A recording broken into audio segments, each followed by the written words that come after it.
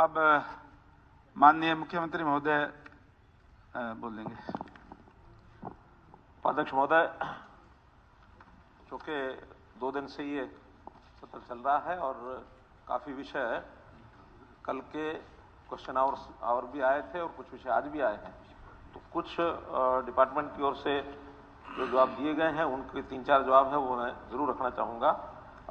सबसे पहले तो कई हमारे माननीय सदस्यों ने नौकरियों के ऊपर विषय रखा है, चाहे वो एचपीएससी की होंगी, चाहे स्टाफ सिलेक्शन कमीशन, बेरोजगारी की बात कही गई है, एचकेआर की कही गई है, बहन गीता बुक्कल जी, श्री बलराज कुंडू जी, श्री रामकर गौतम जी, अभय सिंह चौटाला जी, रावदान सिंह जी, ऐसे कई लोगों के कई प्रश्न थे। तो उसके बारे में मुझे इतना ही कहना है कि हम जो लगातार जो भर्तियां कर रहे हैं उन भर्तियों में तुलना जरूर करनी पड़ेगी, क्योंकि आखिर तुलना से ही पता लगता है कि कितनी कितनी भर्तियां कैसे कैसे की गई हैं। तो हमारे यहाँ स्टाफ सिलेक्शन कमीशन की और एचपीएससी की जो भर्तियां हुई हैं उसमें अगर मैं पिछले 10 साल की बात बताता हूं तो एचपीएससी की भर्तियां कुल 8700 हुई और अभी हमारे लगभग 9-9.25 साल ही हुए हैं, अभी समय और शेष है, उसमें भी और जो भर्तियां होंगी उसका अलग से डिटेल है। तो अभी 11,500 भर्तियां हमारी हो गई हैं और एक प्रश्न बलराज कुंडू जी ने पूछा हुआ था तो वो जरूर उस साथ में शामिल करके उसका उत्तर बता रहा हूं कि अभी क्लास 1 और क्लास 2 3200 भर्तियां और जो है एडवर्टाइजमेंट हो चुकी है, जो बहुत जल्दी अभी होने वाली हैं, तो करके 15,000 के आसपास ये भर्तियां स्टाफ सिलेक्शन एचपीएससी की हो जाएंगी। ऐसे ही स्टाफ सिलेक्शन कमीशन में पिछले 10 वर्ष में 93,000 भर्तियां हुई थी और अभी हमने 9 वर्ष 9.25 वर्ष के अंदर 1,06,000 भर्तियां ये हम कर चुके हैं। और इसके अलावा 45,873 ग्रुप 3 की यानी सी की ग्रुप सी की भर्तियां, उसका सीटी टेस्ट हो गया है। ये अलग बात है कि उसमें से कोर्ट के अंदर कुछ केस गए हुए हैं और खास करके हम जो एक लाभ सोशो इकोनॉमिक जो क्राइटेरिया के माध्यम से 5 अंकों का जो हमने लाभ देने की बात कही थी गरीब परिवारों को जिनके घर में एक भी नौकरी नहीं है या जो अन्य कुछ क्लासेस हैं, उसको लेकर के और कुछ आपत्ति कुछ एप्लीकेंट्स ने लगाई हुई है और बहुत जल्दी उसका मैं समझता हूं फैसला हो जाएगा। तो 48,873 तो ग्रुप सी की भर्तियां होंगी और ऐसी ग्रुप डी का अलग से सीट हुआ है और उस ग्रुप डी में एक प्रावधान है कि जब रिजल्ट आएगा, क्योंकि वो भी लगातार 3 साल के लिए रिजल्ट निकाल के रखा जाता है, 3.5 लाख के लगभग लोग उसमें पास हुए हैं, उनका कोई इंटरव्यू नहीं होना है, केवल रिजल्ट के आधार पर ही उनकी जो नियुक्तियां हो जाएंगी, जो भी उसमें क्वालिफाई करेंगे मेरिट पर आएंगे। उसमें प्रावधान ये है निकालना होगा उस समय हमारे पास कितनी रिक्वेशन देंगे उसके हिसाब से और वो भर्तियां होंगी। चीफ सेक्रेटरी ऑफिस ने वो रिक्वेशन देनी है। अभी तक चीफ सेक्रेटरी ऑफिस में डिफरेंट डिपार्टमेंट्स की ओर से 13,657 भर्तियों की रिक्वेशन तो जा चुकी है, लेकिन मुझे लगता है कि रिजल्ट कुछ समय के बाद आएगा, तब तक 1,500-1,500 और भी रिक्वेशन आ सकती है, तो लगभग 15,000 भर्तियां वो आने वाले 6 महीने में ये और हो जाएंगी। तो ऐसे 15,000 ये होंगी और 1,06,000 हम पहले दे चुके हैं, 15,000 और 45,000 ग्रुप थी, तो कुल मिलाकर के 60,000 भर्तियां ये होंगी। तो इस 10 साल में हमारा अनुमान है 1,67,000 भर्तियां ये ग्रुप सी और डी की ये हमारी कंप्लीट हो जाएंगी। इसके अलावा एचकेआरएन का जो विषय आया है, इस एचकेआरएन के बारे में भी तरह तरह के भ्रम ये फैलाए जा रहे हैं।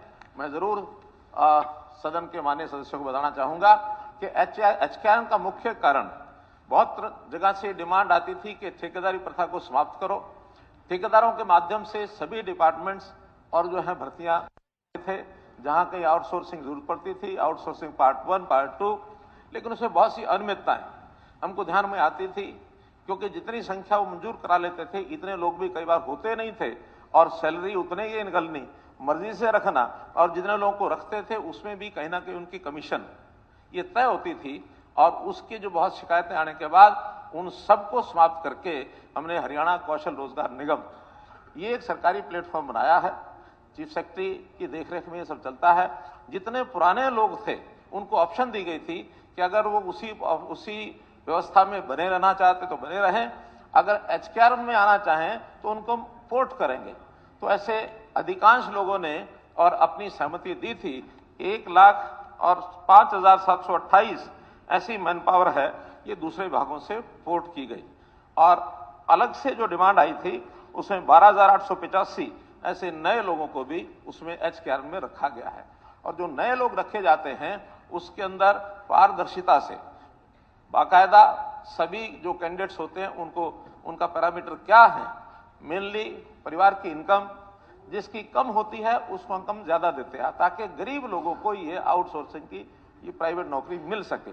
ऐसे ही उनकी शिक्षा, ये उसका दूसरा पैरामीटर होता था।